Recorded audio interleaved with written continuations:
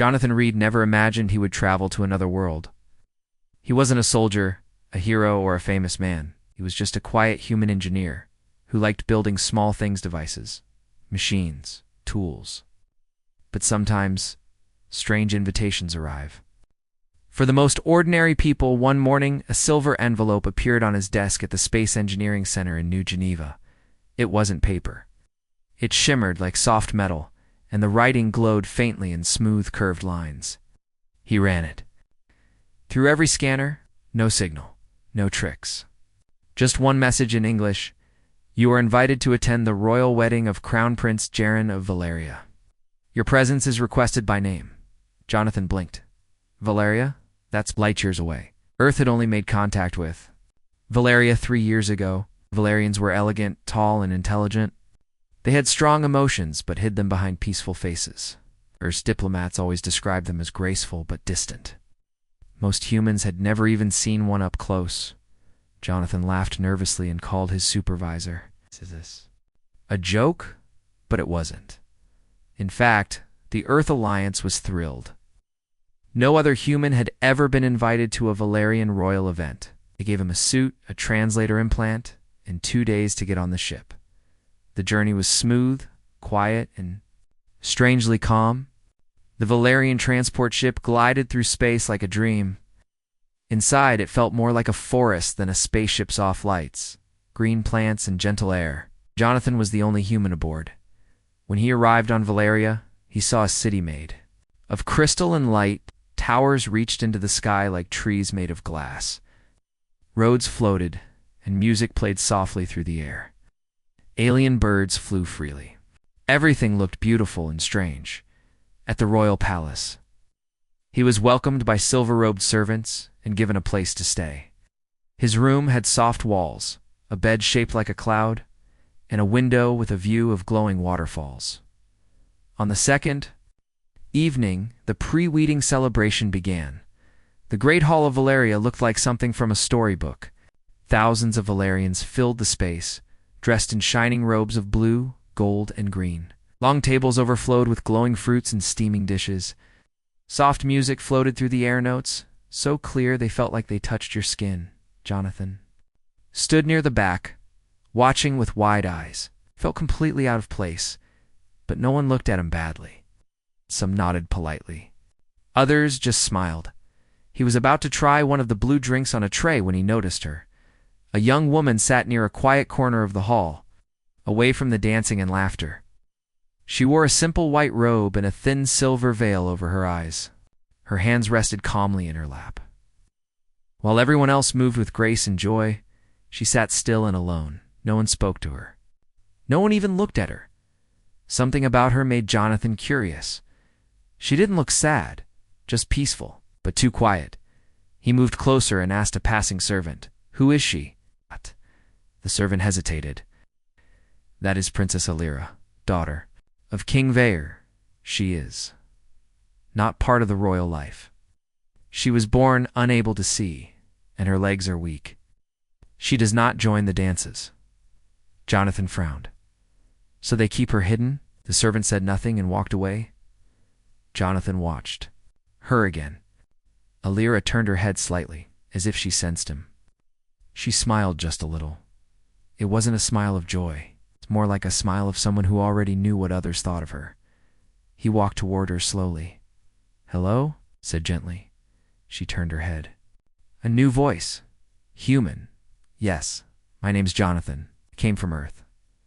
She tilted her head. "Earth, the blue world. I hear it rains there often. I'd like to hear the sound of rain." He smiled. "Does. I could record it for you." "It's peaceful," she nodded. "Peaceful, that's a good word."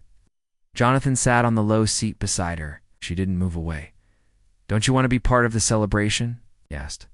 "I've been to many," she replied softly. "None ever included me. Not truly." Jonathan looked around. She was right. The nobles danced, laughed, talked, but none of them even noticed her. "Your father's the king, right?" "Yes," she said, "and he loves me, but love is not enough to change tradition." Jonathan stayed quiet for a moment. "Well, Maybe some traditions need changing.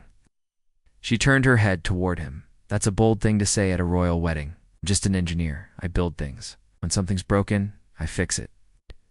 Maybe that includes bad traditions. 2. Alira smiled again this time, a real smile, human with a builder's heart. Interesting. That evening, after the music faded and the guests returned to their rooms, Jonathan found himself walking under the glowing trees of the palace garden. He heard footsteps behind him. It was Alira. She moved slowly, using a thin silver cane, but she walked with quiet grace. A servant followed at a respectful distance. Couldn't sleep? Jonathan asked. I like the garden at night, she replied. Fewer eyes, fewer expectations. They sat on a stone bench under a tree with silver leaves. Tell me something, she said. What do humans see when they look at someone like me? Jonathan thought carefully. Most would see someone quiet, someone different, maybe even someone weak. And you? She asked. I see someone stronger than anyone else in that hall. You've had to live in silence, watch others ignore you, but you still smile. You still speak kindly. It takes real strength. For a long moment, and she whispered, I hope you stay longer.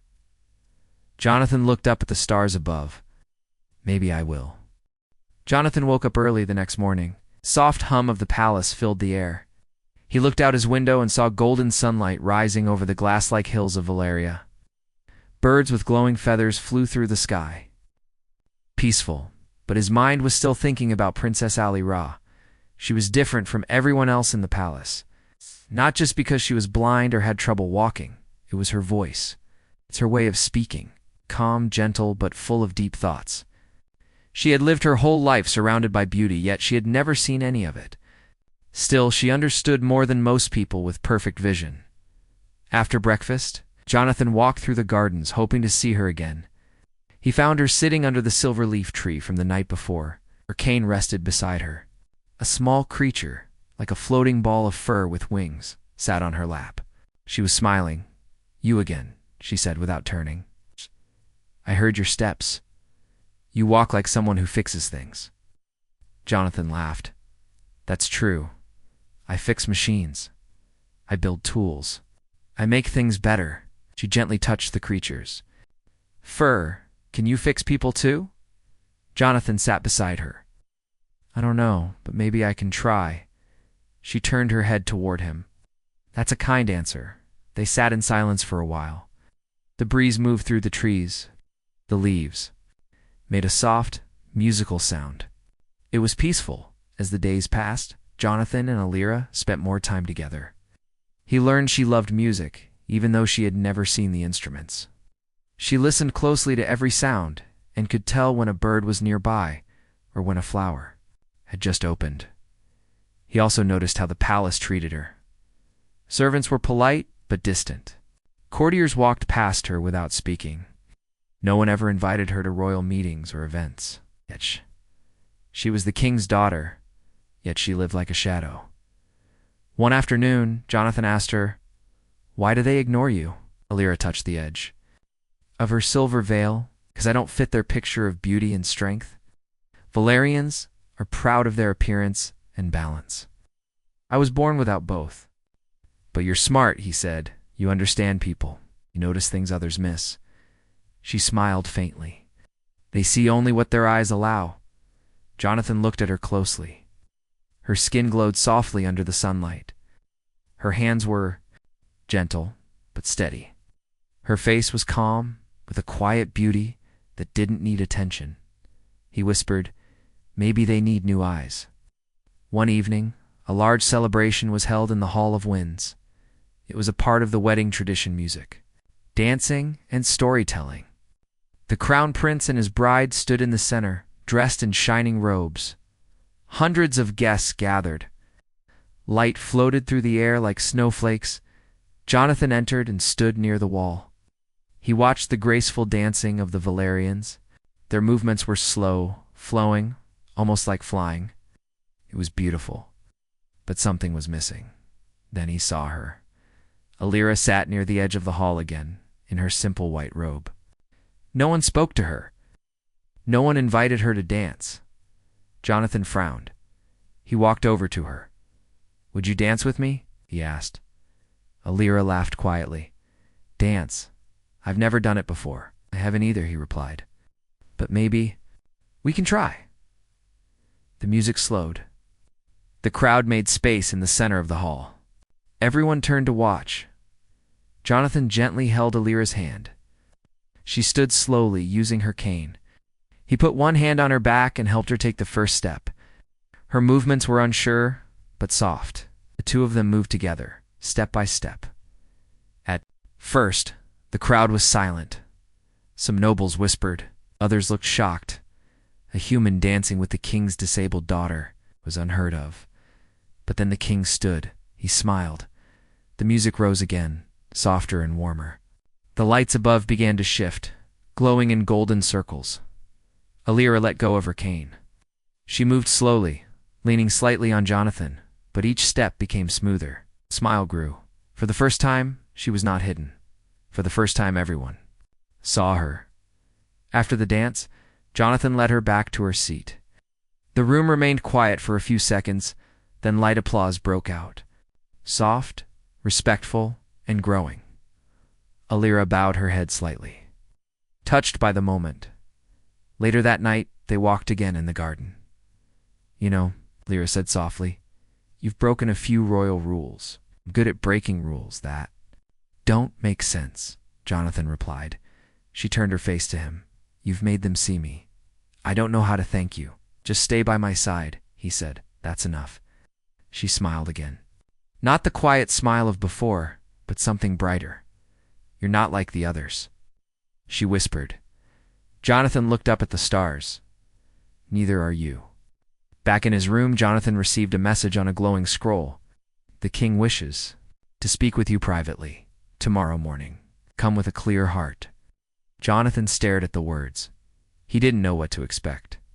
The next morning, Jonathan stood before the great doors of the royal chamber. Two tall guards, dressed in silver armor, opened them without a word. A servant bowed and led him inside. The king of Valeria, King Vaer, stood near a tall window. His robe shimmered like liquid gold, and his long white hair flowed down his back. He looked strong, but his face was kind and thoughtful. Jonathan bowed respectfully. "Your Majesty?" King Vaer turned and gave a small smile. "Jonathan Reed, human guest. Builder, dancer." Jonathan smiled nervously. "I'm not a very good dancer. But you were brave enough to ask my daughter for one," the king said. "That, young man, is something no one here has done." Jonathan lowered his eyes. "I didn't do it for attention, sir. I just saw her sitting alone. She deserved better." The king walked slowly toward him. "But you know how many have feared being near her? Even my own advisors whisper that she brings shame, that she weakens our royal image." Jonathan frowned. "She's stronger than all of them. They just don't see it." The king studied him. "And you do?" "Yes," Jonathan said without hesitation. "She listens deeply, speaks wisely, and she never complains, even when people treat her unfairly." King Vaer nodded slowly. "She was born in silence, yet she taught me the power of words. Walks with difficulty, yet she carries more dignity than any noble in this palace." Jonathan stayed quiet, not wanting to interrupt. Then the king asked, "Would you stay in Valeria, Jonathan? Stay by her side?" Jonathan's eyes widened. Are you asking me to marry her?" "I'm not asking," the king said gently. "I'm offering.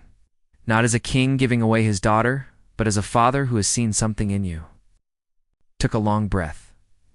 "I care for her deeply. But I don't want to be part of a political move. This is not politics," the king replied. "This is about happiness. She smiled differently with you. She spoke like someone no longer alone." Jonathan looked out the window at the sky. It was the same sky he had seen from Earth, but somehow it felt different here. "I need to talk to her," he finally said. The king smiled. "Of course, a true decision must come from both hearts." Jonathan found Alira in the garden again. She was humming softly to herself, sitting beneath a hanging vine with purple flowers. Her fingers brushed the petals, feeling their softness. "You met my father," she said without turning. "How did you know?" You walk differently when your thoughts are heavy. Jonathan sat beside her. He offered something unexpected. A marriage, she asked gently. Yes, she was quiet. For a moment, then she said, I thought he might. He watches me closely. And he saw me smile when I danced with you. Jonathan took her hand slowly. I don't want to make you feel pressured. This isn't about duty, it's about what you want. Lyra's fingers wrapped around his. Do you think I would allow? Just anyone to carry me into the center of the Great Hall? He smiled. So, that was special? It was the first time I felt seen, she said softly. Not just by the court, but by someone real. Jonathan felt warmth in his chest. Then, will you say yes? Not for your father, not for the kingdom, just for you. Lyra turned her head, even though her eyes could not see him. Yes. Jonathan Reed of Earth. I will say yes for me. The news spread quickly. The royal daughter, long hidden, long ignored, was to marry a human. The nobles were shocked. Some were angry, some were silent, but the king stood firm, and Lyra smiled. Preparations for the wedding began. It would not be like the other ceremonies, no grand parade, no show of wealth. Lyra requested something small, simple, and honest. Just music, a few guests, and a garden full of stars. Jonathan visited her every day. He told her stories of Earthove, trees that dropped golden leaves, of rainstorms that sang on rooftops, of oceans that stretched to forever. She told him stories of Valeria, of dreams shared through music, of creatures who spoke through color, of temples where the wind sang secrets. One evening, as the sun set in orange and red, Jonathan brought her a small gifted silver bracelet he had made himself. On the inside, in tiny letters, it said, You were always enough. Lyra touched the letters gently. You build more than machines, Jonathan. On the day of the wedding, the garden was filled with light. Soft music played from floating instruments. The sky shimmered with hundreds of soft lanterns rising into. The heir Lyra entered the garden wearing a simple white gown. Her hair was tied with a silver ribbon. She walked slowly, step by step, without her cane. A device Jonathan had built light, but strong, supported her knees and ankles. Helping her balance, the guests stood in silence. No one whispered. No one looked away. Jonathan waited at the center. When she reached him, he held out his hands. You look beautiful, he said. I feel seen, she replied. The ceremony was short. Valerian priests sang a blessing in a language that felt like wind and water. Then the king stepped forward. He looked at Jonathan, then at his daughter. My daughter was not born broken, he said to the crowd. She was born ahead of our understanding. Now she is leading us forward. The crowd, silent at first, began to applaud. Softly, then stronger. That night, under the stars, Jonathan and Lyra stood alone in the garden. She leaned her head. On his shoulder, You didn't just dance with me, she whispered. You changed everything. Jonathan looked up at the sky. No, he did. A new morning rose over the crystal towers of Valeria. The skies were calm, the air sweet with the scent of blooming starflowers. Birds with glowing wings glided across the garden sky. But inside the palace, not all was peaceful. The wedding of Princess Lyra and Jonathan Reed, a human from Earth, had changed many things. Some nobles were pleased. They said the marriage brought hope, a fresh start, and deeper peace between Earth and Valeria. But others whispered in corners. They didn't like change. They didn't understand why a human, a guest, a common builder, was allowed to marry into the royal bloodline. And even worse, they didn't understand why Lyra, blind, disabled daughter, was suddenly at the center of royal life. She was kept hidden for years, some said. This is not the Valerian way, others whispered. A human cannot guide our future. Lyra heard the whispers. She did not need eyes to feel the tension in the air. The way footsteps paused when she passed. The way conversations stopped when she entered her room. She sat quietly in the royal garden, running her fingers over the petals of her favorite purple flower. Jonathan joined her, placing a small fruit on her lap. Sweet berry from Earth, he said. Thought you'd like to try something new. She smiled and took a bite. soft, sweet, and a little strange. Like me, Jonathan joked. Alira laughed softly, but her face grew thoughtful. They're talking, aren't they? Jonathan sighed. Some people don't like what we've done, or what we stand for. She tilted her head. Do you? Regret marrying me? Never, he said without pause. Not even for a second. Alira nodded. Then let them talk. Yeah. Later that day, Jonathan was invited to a meeting of royal advisors. It was the first time a human had been allowed into such a private gathering. He entered the chamber where 12 high-ranking Valerians sat in a circle. Their robes shimmered in soft tones of blue and silver. The king sat at the center, his expression calm. One of the advisors stood, Jonathan Reed. You have married into the royal family, but you are still an outsider. Tell us, what do you plan to do here? Jonathan looked around the room. He could feel the tension, the curiosity, the doubt. I didn't come to take anything, he said. I came because I love someone you all ignored. Another advisor asked, And what do you offer, Valeria? Jonathan replied, I offer something. Simple. I offer to help.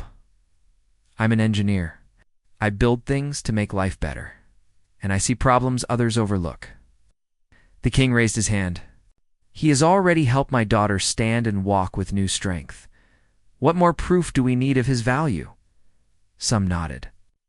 Others stayed silent, Jonathan added. There are many like Alira and Valeria, people who are hidden, quiet, left behind. Want to build for them too. Few heads turned. It was an idea they hadn't expected. That evening, Alira and Jonathan walked through the city streets not in secret, but in the open. Citizens stared. Some bowed respectfully. Others looked surprised. Children ran up to them, laughing. Young girl touched Alira's cane with wonder. You're the dancing princess, the girl said with a smile. Alira knelt down carefully and touched the child's hand. Would you like to dance with me one day? The girl nodded eagerly. A few. Shopkeepers waved at Jonathan, offering him strange fruits and bright flowers. Slowly, the mood began to shift. Not everyone hated change. Many were simply unsure. In the following weeks, Jonathan began working with Valerian scientists and builders. He showed them how simple tools from Earth could be mixed with Valerian energy crystals to help people with physical challenges, walking frames, voice-controlled readers, soft-touch sensors. He didn't work from a tall tower. He worked in a small workshop near the edge of the city. Alira often visited him there, sitting by the window and listening to him explain his ideas. You always make things sound so easy, she said once. Jonathan laughed. Only after I messed them up 5 times first. Alira placed her hand on his. Still, no one here ever thought to try. You did. Jonathan looked at her gently. Because I know how it feels to be overlooked. I was never the best back on Earth. Just useful and quiet, she smiled. 2 quiet souls found each other. Maybe that's why we fit. The king invited the nobles to see Jonathan's work. At first, they came with doubt. But when they saw a young Valerian boy, once unable to walk, move freely with a floating walker powered by Jonathan's design, they stood in stunned silence. An elderly woman with fading sight used a voice glass to read old stories again. A former guard with an injured leg walked with ease using a limb brace built from earth steel and Valerian silk slowly. The whispers began to change. Not everyone was convinced, but many began to understand. One night, Jonathan sat on the palace roof with Alira, watching the stars. Well, he said, I think they're starting to accept us. Alira leaned her head on his shoulder. Not all of them, but enough. Sometimes that's all you need, he said.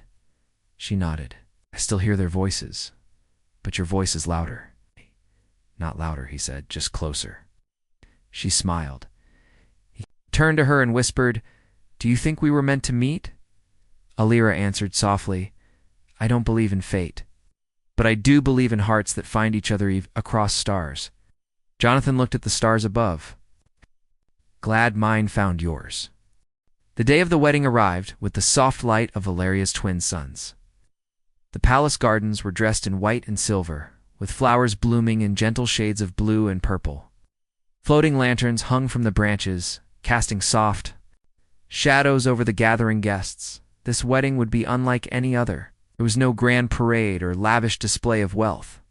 It was small, quiet, and honest, just as Alira had wished. Jonathan stood near the entrance, wearing a simple robe made of soft silk from earth mixed with Valerian threads.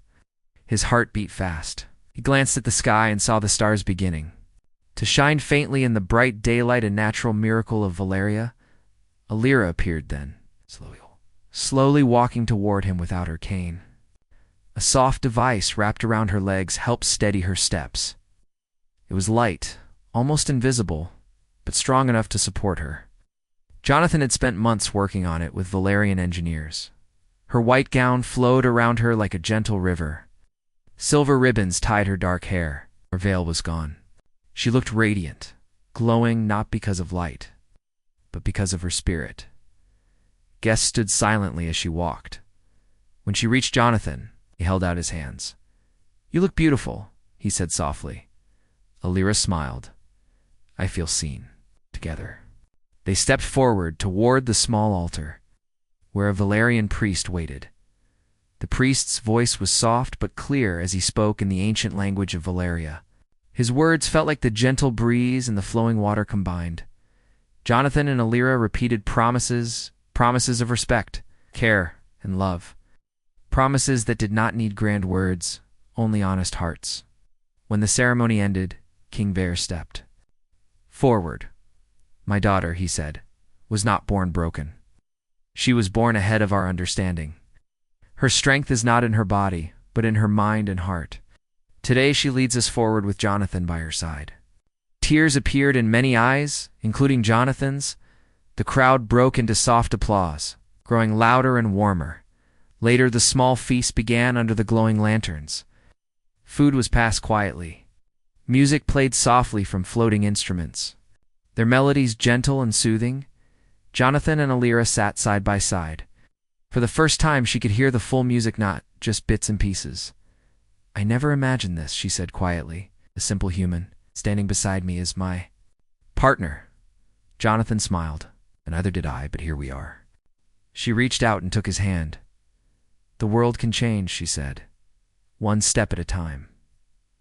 Jonathan squeezed her hand. "And one dance." She laughed softly. As the evening wore on, some guests approached them. A few nobles apologized quietly for their earlier doubts.